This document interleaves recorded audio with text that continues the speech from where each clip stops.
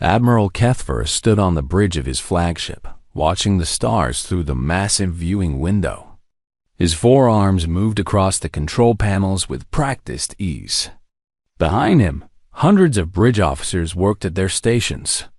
The ship hummed with quiet energy. Today was different. Today, 10,000 years of peace would end. The communication officer turned toward him. Their scales glowed bright blue with excitement. "Admiral, all fleet commanders are ready for the broadcast." Kethver nodded. Around him, the bridge grew quiet. Everyone knew what was coming. The Zephyrian Confederation had made its decision. The Council of Elders had voted. The humans had gone too far. "Begin transmission," Kethver commanded. The main screen flickered to life. Across the galaxy, on thousands of worlds and millions of ships, beings watched as the Admiral appeared. His tall form filled the screen. His purple skin seemed to glow under the bridge lights. His eyes were cold and determined. "Citizens of the galaxy," Kethver began. His voice was deep and commanding. "For 10,000 years, we have lived in peace with the humans of Earth.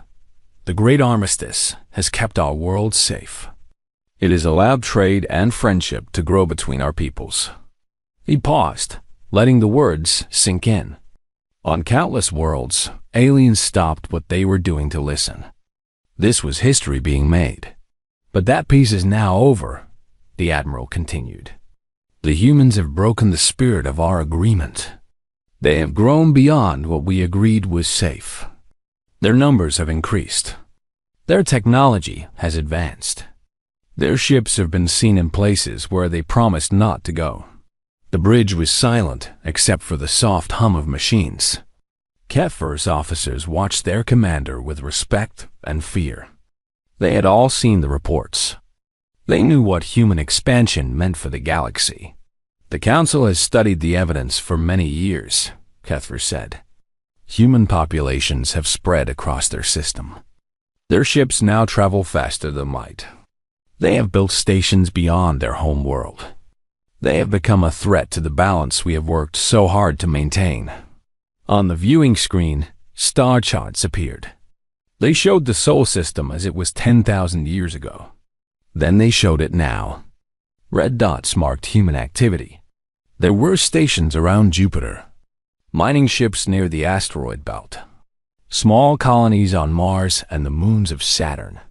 "Look at this growth," Kethver said, pointing at the charts. "In just 10,000 years, they have spread across their entire star system. Their population has grown from millions to billions. If we let this continue, where will it end? How long before they come to our worlds? How long before they want our resources?" The star charts disappeared. Kethver's face filled the screen again. His expression was serious, but not cruel. He looked like a leader making a hard choice for the good of his people. "The Confederation has tried to contact Earth's leaders," he continued. "We have sent messages asking them to explain their expansion. We have requested meetings to discuss new agreements. But they have ignored us. Their silence speaks louder than any words." This was not completely true, but it was what the Council wanted people to believe. Earth had sent replies to their messages. But those replies had been strange. The humans had seemed confused by the Confederation's concerns.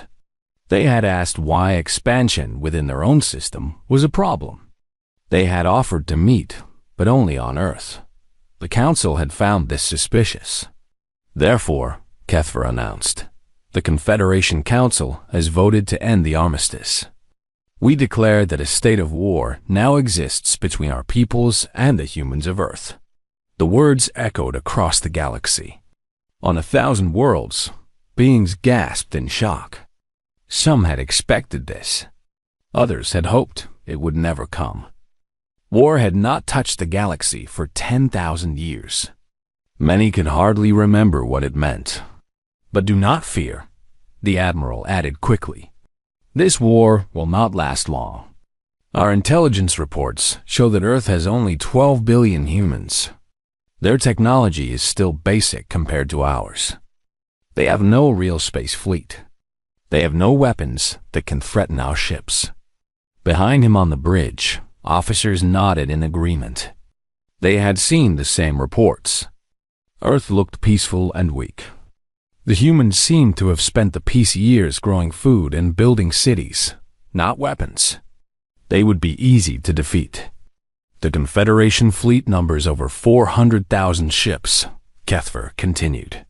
We have warriors from 50 worlds. Our weapons can destroy planets. Our shields can stop any attack the humans might try. We will move swiftly to end this threat before it can grow larger.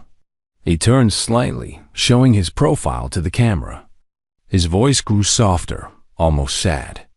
We do not want to hurt innocent people. Any humans who surrender will be treated fairly. Those who choose to fight will face the consequences of their leaders' choices. The transmission began to end, but Kethver had one more thing to say. To any humans listening to this message, know that we remember when your people were brave and honorable. We fought beside you in the ancient wars against the Dark Fleet. We respected your courage, even when we feared your growth. But respect must have limits. Those limits have now been reached. The screen went dark. Across the galaxy, the news spread quickly. Markets crashed as traders panicked. Diplomatic ships raced between worlds as governments tried to decide what to do. Some species offered to help the Confederation. Others called for peace talks. A few seemed to disappear entirely, pulling back to their home systems to wait and see what would happen. On the bridge of his flagship, Admiral Kethver looked out at the stars again. His fleet was already moving toward the Sol system. The journey would take several weeks, even with their fastest ships. He expected the war to be over within days of their arrival. He remembered the old human saying his grandfather had taught him. Like shooting fish in a barrel. The humans were trapped in their system with nowhere to run. They had no allies strong enough to help them. They had made their choice to ignore the Confederation's warnings. Now, they would face the consequences. The stars grew brighter as the fleet's engines pushed them faster toward Earth. Behind them, the galaxy watched and waited to see how quickly this war would end. The Confederation fleet dropped out of faster-than-light travel at the edge of the Sol system. Admiral Kethver stood on his bridge, watching the tactical displays update with new information. After weeks of travel, they had finally arrived at Earth. Sensor sweep complete, Admiral, reported Commander Yuthrol from the science station. Her tentacles moved quickly over the controls. The system appears normal? Kethver frowned. What do you mean, normal? Earth is still in the same orbit. All the planets are where they should be. But Admiral, she paused, checking her readings again. Something is wrong. The main screen showed Earth as a blue and green dot in the distance. It looked exactly as it had in the old star charts. Beautiful, peaceful, unchanged. Show me the defense networks, Kethver ordered. Yithrol's tentacles stopped moving. Admiral, we cannot find any defense networks. What about the space stations? The mining ships? The colonies on Mars? Gone, sir. All of them. Mars shows no signs of human activity. The asteroid mining operations have disappeared. Even the basic communication satellites around Earth have been removed. Kethver felt a chill run down his spine. This made no sense. The intelligence reports had been clear. Humans had been expanding across their system for thousands of years. Where had it all gone? Take us closer to Earth, he commanded. Full sensor scans. I want to know what happened here. The fleet moved inward toward the blue planet. As they approached, the mystery only grew deeper. Earth's ocean sparkled in the sunlight. White clouds drifted across the continents. Everything looked normal and peaceful. Population scan complete, reported the science officer. Her voice was quiet with confusion. Admiral, Earth shows a population of approximately 500 million humans. 500 million? Kethver repeated. Our report showed 12 billion. Where are the rest? We do not know, sir. But the life signs we detect are unusual. Unusual how? They all appear to be elderly humans. Very elderly. The youngest person we can detect appears to be over 200 years old. This was impossible. Humans did not live that long. Their lifespans were much shorter than most galactic species. Something was very wrong here. Admiral, called the communications officer. We are receiving a transmission from Earth. Put it on screen. The image showed an old human woman standing in what looked like a garden. Her hair was white as snow. Her face was lined with age, but her eyes were bright and kind. Behind her, other elderly humans could be seen tending to plants and flowers. Welcome, friends, the woman said in perfect Zephyrian. Her voice was gentle and warm. We have been expecting you. Kethver stepped forward. I am Admiral Kethver of the Confederation Fleet. We have come to. We know why you have come. The woman interrupted softly. You are here because you are afraid. You think we have become a threat. Please, come down to talk with us. There is much to explain. We demand the surrender of all human military forces, Kethver said firmly. The old woman smiled sadly. Admiral, we have no military forces. We have no weapons. We are just gardeners now. Come and see for yourself. Several hours later, Kethver found himself walking through a beautiful park on Earth's surface.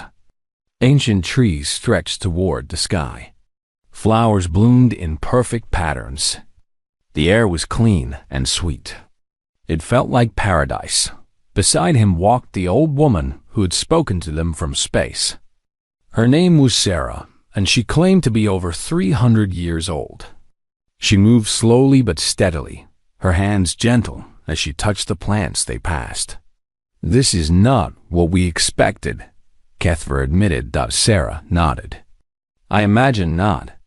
You expected to find armies and weapons and angry young humans ready to fight.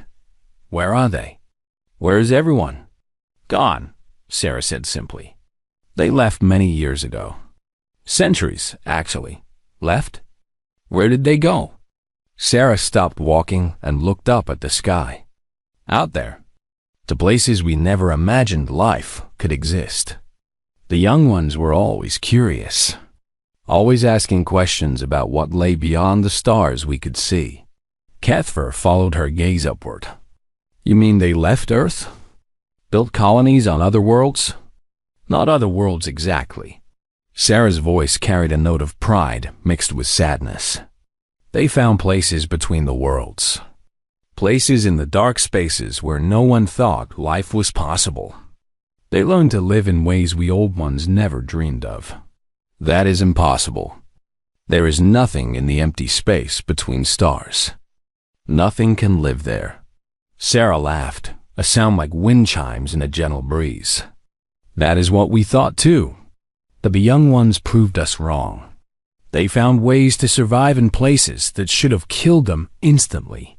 They learned to eat starlight and breathe vacuum. They discovered how to swim through gravity fields and dance with black holes. This sounded like madness to Kethver. No species could survive in space without ships and life support. The vacuum would kill any living thing in seconds. You are saying that humans now live in empty space? Without ships or stations? Some do, Sarah confirmed. Others found different paths. Some learned to exist as pure energy. Others became something like living clouds that stretch between star systems. A few figured out how to step sideways through reality itself. They walked in silence for a while. Around them, other elderly humans worked quietly in the gardens. They smiled and nodded at their visitors, but did not interrupt. Everyone seemed peaceful and content. How long has it been since you heard from them? Kethver asked. Time moves differently for them now, Sarah explained. Some experience 1,000 years in what feels like a day to us.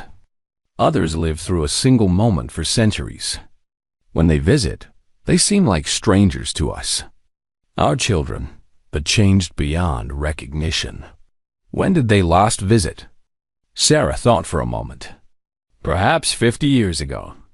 A group came to show us a new kind of flower they had created. It bloomed with tiny galaxies instead of petals. Beautiful, but so alien that we could barely understand it. Cuthbert stopped walking. The implications of what she was saying began to sink in. If humans had truly learned to live in empty space, if they had become something beyond normal life forms, then the Confederation had made a terrible mistake. Sarah, he said carefully, exactly how many of your people left Earth? The old woman's eyes grew distant. Nearly all of them. Billions and billions. They have been leaving for thousands of years, each generation going further and stranger than the last. We stayed behind to tend Earth, to keep it safe and beautiful for when they decide to come home. And you never tried to contact the Confederation? To tell us what was happening? Sarah looked puzzled. Why would we? This is our own business. We were not expanding into your territories or threatening new worlds. We were just growing in our own way. As the sun began to set over the peaceful garden, Kepfer realized that everything the Confederation thought they knew about humanity was wrong. They had come prepared to fight a primitive species confined to one world. Instead, they had found something far more mysterious and potentially far more dangerous. Admiral Kepfer returned to his ship with more questions than answers. The peaceful Earth below made no sense. Where had 12 billion humans gone? How could an entire civilization simply disappear into empty space? Send out scout ships, he ordered his officers. Check every human colony site in our records. I want to know where they all went. Commander Yithro coordinated the search from the bridge. Dozens of fast ships spread out across the Sol system and beyond. They visited Mars, where old records showed human mining operations. They checked the asteroid belt where humans had built factories. They scanned the moons of Jupiter and Saturn, where colonies were supposed to exist. Every location was empty. Admiral, reported Captain Zektar from the scout ship Lightning Wing. We have reached the Mars colony site. There are ruins here, but they are very old. Maybe 1,000 years. It looks like the humans left slowly, taking everything useful with them. What about signs of where they went? Kepfer asked. Nothing, sir. No travel records. No destination logs. It is as if they just vanished. Similar reports came from across the system. The human colonies had been abandoned long ago. Some showed signs of being carefully dismantled, with useful materials removed and nothing left behind. Others looked like they had simply been walked away from, left to decay naturally over centuries. Admiral called another scout ship captain. We are detecting strange energy readings near Jupiter. What kind of readings? Unknown, sir. The patterns do not match any technology in our databases. They seem to be coming from the space around Jupiter itself, not from any station or ship. Kepfer frowned. Empty space did not produce energy readings. There had to be something there, even if their sensors could not detect it clearly. Investigate carefully, he ordered. Do not get too close until we understand what we are dealing with. The scout ship Bright Star moved slowly toward Jupiter. As it approached, its sensors began picking up more strange readings. Energy patterns flowed through space like invisible rivers. Gravity fields shifted in ways that should not be possible. Space itself seemed to ripple and bend. Admiral, reported the Bright Star's captain. We are detecting movement. Something very large is moving through space near Jupiter, but we cannot see it. Moving how? It appears to be swimming, sir. Swimming through space as if it were water. Before Kethver could respond, the bright star sensors exploded with activity. Massive energy signatures appeared all around Jupiter. The space near the giant planet began to glow with strange lights. Patterns of color flowed between the planet's moons like aurora in the void. "By the ancients," whispered the scout captain. "Admiral, there is something alive here. Something enormous."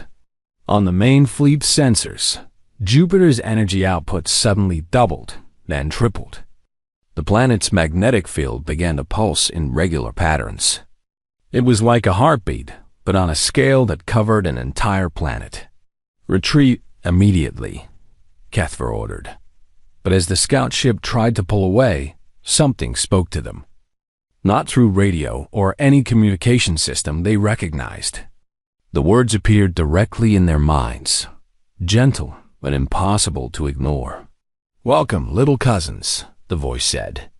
It sounded human, but vast and strange. "Do not be afraid. We remember when you taught us about honor and dignity. We have not forgotten your kindness." The scout ship's captain could barely speak. "Admiral, something is talking to us.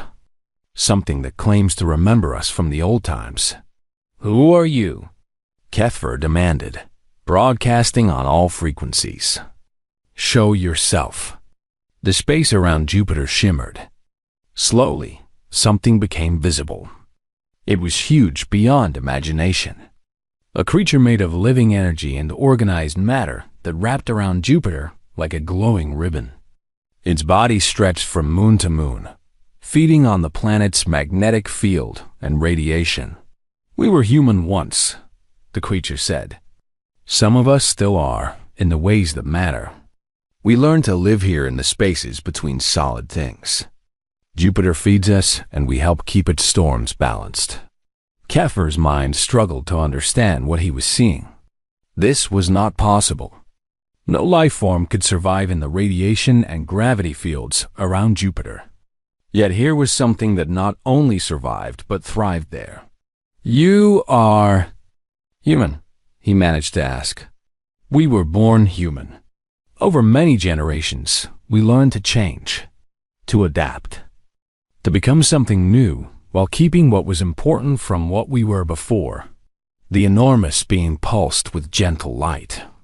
Around Jupiter's moons, smaller energy patterns became visible.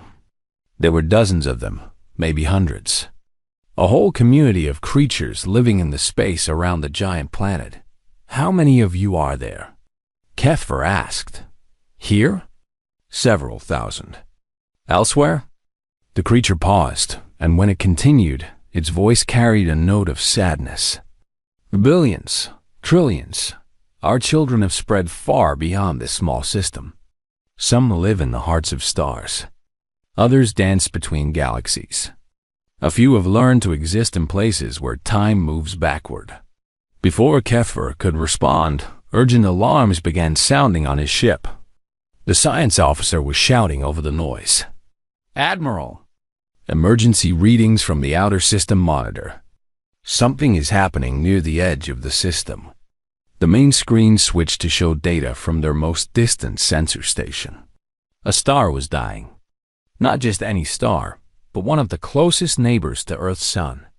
The star was collapsing, its core imploding in what should have been natural stellar death. But this was not natural. The collapse was too organized, too controlled. Energy was being drawn away from the dying star in precise patterns. The supernova that should have destroyed everything nearby was being carefully contained and directed. "Run full analysis," Kethver ordered, his voice tight with fear. Minutes later, the results came back. The star's death had been artificial. Something had caused it to collapse at exactly the right time and in exactly the right way. The energy from its death was being harvested, collected, and used. "Admiral," the science officer said quietly, "according to our calculations, the amount of energy being collected from that star's death is enough to power our entire civilization for 1,000,000 years." As they watched, The dead star's energy began to flow away through space in organized beams. The energy traveled faster than light, moving through methods that Confederation science could not explain. It was going somewhere, being used for some purpose beyond their understanding. The humans did this, Kethver said. It was not a question. Yes, confirmed the energy being near Jupiter. His voice was sad, but not apologetic. Our cousins who learn to live near stars sometimes help old ones die peacefully. The energy is not wasted. It will be used to light new worlds and warm places where life is just beginning. Kethver felt the last of his confidence crumble. The Confederation had come to fight a primitive species trapped on one world. Instead, they had found beings who could kill stars with precision and harvest the energy of stellar death. How long have your people been able to do this? He asked. Star singing? Perhaps 3,000 years. It takes many generations to learn the deep songs that stars understand. 3,000 years. The Confederation had been watching Earth for signs of expansion while humanity was already learning to control the death of suns. What else can your people do? Kethver asked, though he was not sure he wanted to know the answer. The creature near Jupiter pulsed with what might have been amusement. Admiral, our cousins have learned to garden reality itself. Some tend to the quantum foam that fills empty space. Others help guide the birth of new galaxies. A few have learned to heal black holes and teach them to sing. The communication suddenly cut off. Around Jupiter, the energy beings began to fade from view, becoming invisible again. But before they disappeared completely, the vast creature spoke one more time. We are sorry you came here to fight, it said gently. But we understand why you were afraid. Fear is natural when you see something you do not understand. Do not worry. Our people have no wish to harm you or any other life. We have learned that the universe is big enough for everyone. In the silence that followed, Admiral Kethver stared out at the stars with new understanding. The Confederation had not declared war on humanity. They had declared war on beings who could command the forces that shaped the universe itself, and those beings were sorry for them. The first sign that everything had changed came from the Confederation's deep space sensors. Admiral Kethver was studying star charts when the alerts began screaming across every screen on the bridge. Admiral, called the sensor officer, her voice tight with panic. We are detecting massive energy signatures appearing throughout this entire region of space. Appearing from where? Kethver demanded. That is just it, sir. They are not coming from anywhere. They are just appearing, as if space itself is opening up. On the main display, the tactical map showed hundreds of red dots materializing around the Confederation fleet. Then thousands. Then tens of thousands. Each dot represented an energy signature larger than their biggest warship. Are they ships? Kethver asked. We do not know what they are, the officer replied. Some appear to be vessels of unknown design. Others seem to be alive. And some... She paused, checking her readings again. Some appear to be pieces of space itself that are moving independently. The first beings to show themselves came from the direction of a nearby black hole. The space around the massive gravity well began to ripple like water. Then figures emerged, riding the gravity waves like surfers on an ocean. They were human in shape, but glowed with the twisted light of the black hole's event horizon. Greetings, Admiral. One of them spoke directly into the minds of everyone on the bridge. We heard you were looking for humanity. We thought we should come home for a visit. The being appeared to be a woman, but her body was made of folded space and compressed gravity. She moved through the vacuum as easily as walking through air. Behind her, dozens of others followed, each one surfing the impossible currents around the black hole. My name was once Lisa, the woman continued. I was born on Mars colony about 4,000 years ago. My people learned to live near the edge of event horizons, where time moves slowly and we can think for centuries between heartbeats. Before Kethver could respond, more humans appeared from different directions. A group materialized from what looked like empty space, but the sensors showed they had actually emerged from quantum foam, the strange energy that existed between atoms in the vacuum of space. "We are the small ones," their representative explained. He appeared normal-sized, but the sensors indicated he was actually smaller than a proton, somehow projecting his image at a size others could see. "We learned to live in the spaces between the spaces. Down here in the quantum realm, we can be anywhere in the universe instantly." More arrivals followed.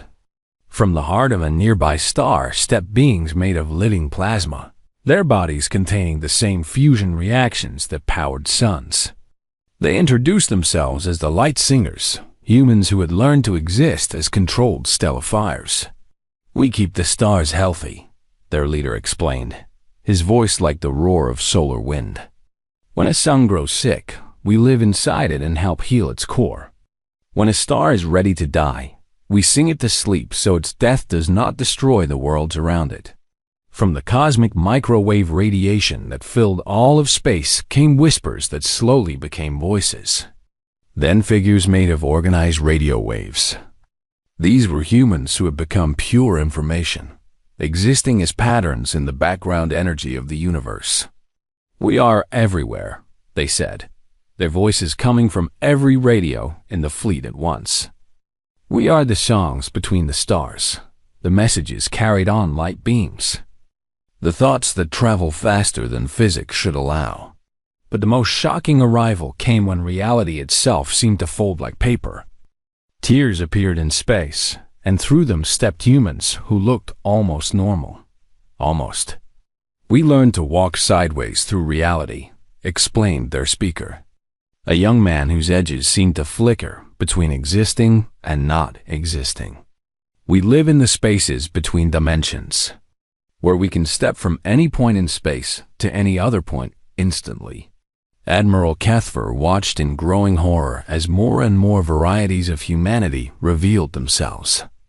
Some had become living ecosystems, their bodies hosting entire food chains of specially created organisms. Others existed as pure mathematics, their consciousness distributed across the quantum calculations that held atoms together. There were humans who lived as gravity fields, bending space around them like clothing. There were others who had learned to exist at multiple points in time simultaneously, aging backward and forward at will. Some had become living dark matter, invisible, but holding galaxies together with their distributed mass. "How many of you are there?" Kethver finally managed to ask. The question was answered by a figure who seemed to be made of compressed galaxies, her body containing billions of stars in miniature. "We number in the trillions now, Admiral. Every form of existence that can support consciousness, we have learned to inhabit. We have become the gardeners of reality." "Gardeners?" "We tend the universe," she explained gently. "Some of us nurture new forms of life in places where biology should be impossible. Others help guide the evolution of galaxies, making sure they develop in healthy patterns. A few work on larger projects, helping universes be born, teaching them how to grow properly." Around the Confederation fleet, space was now filled with impossible beings. Humans who swam through the solar wind like fish in water. Humans who existed as living fractals, their bodies stretching across multiple dimensions. Humans who had become sentient weather patterns, thinking clouds of cosmic gas and dust. "We remember you," said the gravity woman, her voice warm with affection. "The Zephyrians taught us about honor during the old wars. The Crystalline Empire showed us how to think in patterns. The Void Whales taught us the deep songs that reality sings to itself. You have been watching us?" Kethver asked. "Some of us never stopped watching," confirmed Lisa, the woman who rode black holes. "We've been curious about how our old friends were doing. We have seen your civilizations grow and change. We have been proud of your progress. But you never contacted us? The dimensional walker stepped forward, his form solidifying slightly. We tried sometimes, but we have become so different that communication is difficult. When we speak to people who still live in normal space and time, our thoughts often seem like madness or dreams. As if to demonstrate, one of the beings made of living stars began to sing. The sound was not heard but felt, vibrating through space itself. To human ears, it might have been beautiful, but to the Confederation fleet, it was terrifying, a sound that seemed to come from the birth and death of galaxies. "We apologize," the star singer said, stopping his song. "Beauty means different things now that we exist on cosmic scales. Why are you showing yourselves to us now?" Kethver asked. The question brought silence from the assembled beings. They looked at each other with expressions that ranged from sad to amused to confused. Finally, the woman made of galaxies spoke. "Because you declared war on us," she said simply. "We wanted to make sure you understood what that means. Are you here to fight us?" The laughter that followed was not cruel, but it was vast. It came from beings scattered across light years of space, creatures who existed in dimensions the Admiral could not imagine. It was the laughter of parents watching children play with toy weapons. "Fight you?" asked the quantum foam dweller. "Admiral, we could end this war without you ever knowing it happened. We could make your weapons forget how to work. We could convince gravity to move your ships gently away from here. We could ask time itself to take you back to before you decided to come. But we will not do any of those things," added Lisa quickly. "We are still human in the ways that matter. We believe in choice and dignity, and the right of all beings to determine their own futures." The dimensional walker stepped closer to the Admiral's ship, his form becoming more solid and human-like as he approached. "We came to show you what we have become so you can make an informed choice about this war. Now you know what you would be fighting. What will you choose to do?" Around them, space filled with impossible beings waited for an answer. Creatures who could command the forces that shaped reality itself. Gardeners of the universe who remembered friendship and still valued honor. The Admiral looked out at them and realized that the Confederation had not just made a mistake. They had declared war on the caretakers of existence itself. And those caretakers were asking politely what he wanted to do next. Admiral Kethver stood in silence for a long moment, surrounded by beings who could reshape reality with their thoughts. His bridge crew waited nervously behind him. 400,000 Confederation ships floated in space around them, weapons, ready but useless against enemies who existed in dimensions beyond their understanding. "We came here to stop a threat," Kethver said finally. "Our leaders believed humanity had become dangerous to the galaxy." The woman made of compressed galaxies smiled sadly. "We know. We watched your council meetings. We listened to your debates. We understand your fear. You were watching us? Some of us never stopped watching any of our old friends," explained Lisa, the black hole surfer. "We have been curious about how all the species we once knew were growing and changing. We have been proud of your achievements." The dimensional walker moved closer, his form becoming more solid and human-like. "But watching is not the same as interfering. We learned long ago that growth must come from within. We could not force you to become something you were not ready to be." "What do you mean?" Kethver asked. Instead of answering directly, the quantum dweller spoke up. "Admiral, may we show you something? It will not hurt you or your fleet. We simply want you to see what we have been preparing." Before Kethver could respond, space around the Confederation fleet began to change. It did not happen violently or suddenly. Instead, reality gently shifted like a curtain being slowly drawn back. Stars that had been distant points of light grew closer and clearer. Nebulae that had been invisible became brilliant clouds of color. Look toward the Andromeda region, suggested the Star Singer, his voice now gentle enough not to frighten the bridge crew. Kethver turned his attention to the viewing screens. What he saw there made him gasp. Where the Andromeda galaxy should have been, he saw something impossible. The entire galaxy had been transformed into a garden. Billions of stars had been arranged in perfect patterns. Planets had been moved and shaped to support every kind of life imaginable. Entire star systems had been turned into works of art that could be appreciated on a galactic scale. It was the most beautiful thing he had ever seen. "We have been working on this for 3,000 years, explained the galaxy woman. Every star placed carefully. Every world designed to support the specific needs of different forms of life. We wanted to create a place where any species could find a home. It is for you, said the dimensional walker simply. For the Zephyrians and the Crystallins and the Void Whales and all the other peoples we once knew. A gift to thank you for the friendship you showed us in the ancient days." Kethver could barely speak. An entire galaxy?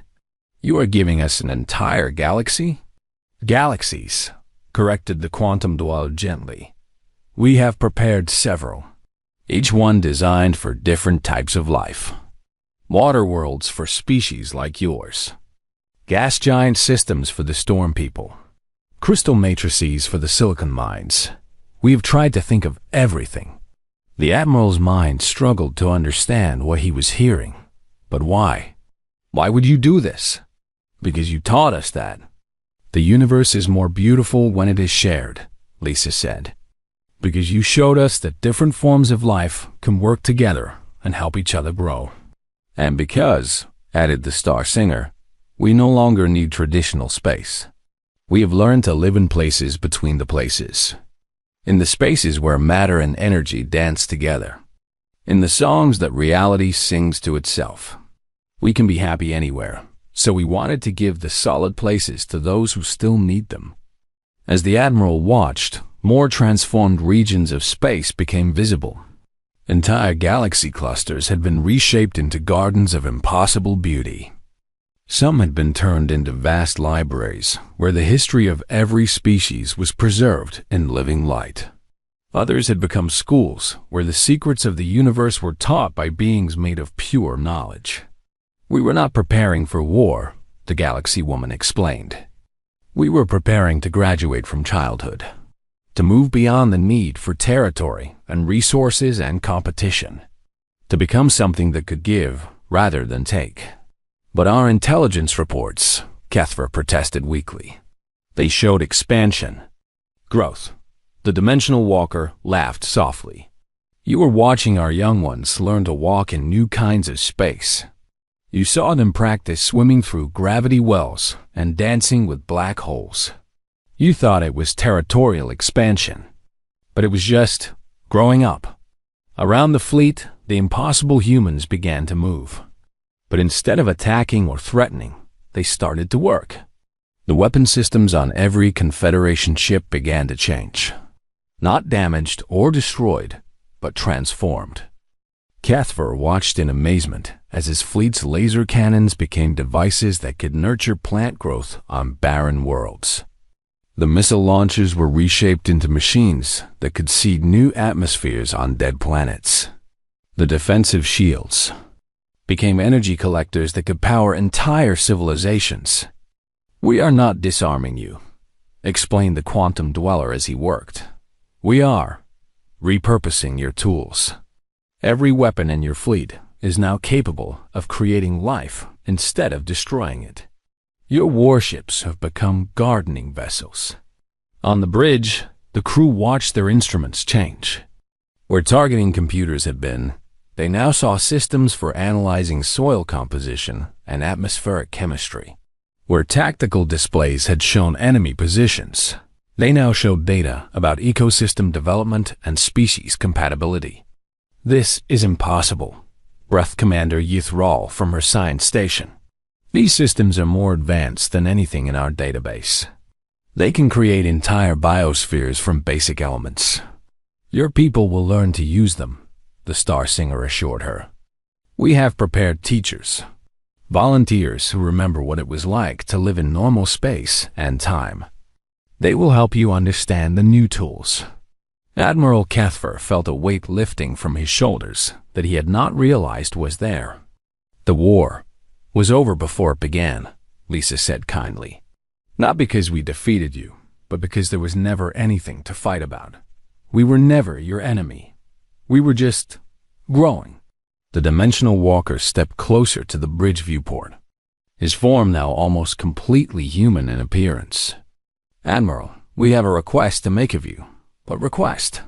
Help us give these gifts to the galaxy. Your people know the other species better than we do now. You understand their needs and fears. We could use your help in approaching them gently, in explaining what we want to offer without frightening them. Cathfer looked around his transformed bridge. His weapons were now tools for creating life. His warship had become an ark capable of seeding entire worlds with new ecosystems.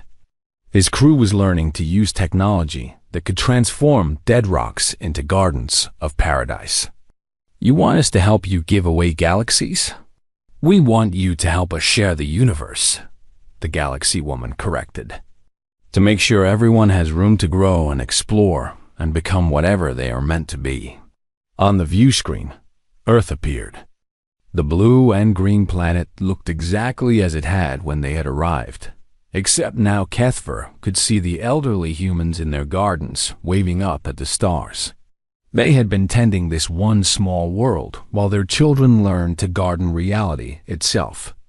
Will some of you stay in normal space? He asked. Will we see you again? Some of us will always stay close, Lisa promised. We will be in the spaces between your worlds, ready to help if you need us. Others will visit from time to time, bringing news from the deep places where the universe dreams. And if you ever need us, added the star singer, just sing to the stars. We will hear you and come. As the transformed Confederation fleet prepared to return home with news of humanity's gift, Admiral Cathfer stood on his bridge and looked out at the impossible beings who had once been human. They were preparing to disappear again, to return to the places between places where they had learned to exist. Thank you, he said simply. The response came from all of them at once, a whisper that sounded like wind through gardens, like gravity, waves through space, like the first song ever sung by a newborn star. Thank you for teaching us about friendship. We will never forget. And then they were gone, vanished back into the spaces where thoughts could become real and dreams could reshape galaxies. But they left behind their gifts, transformed fleets, reshaped galaxies, and the promise that the universe was big enough for everyone to grow into whatever they were meant to become. The war was over. Peace had won by refusing to fight.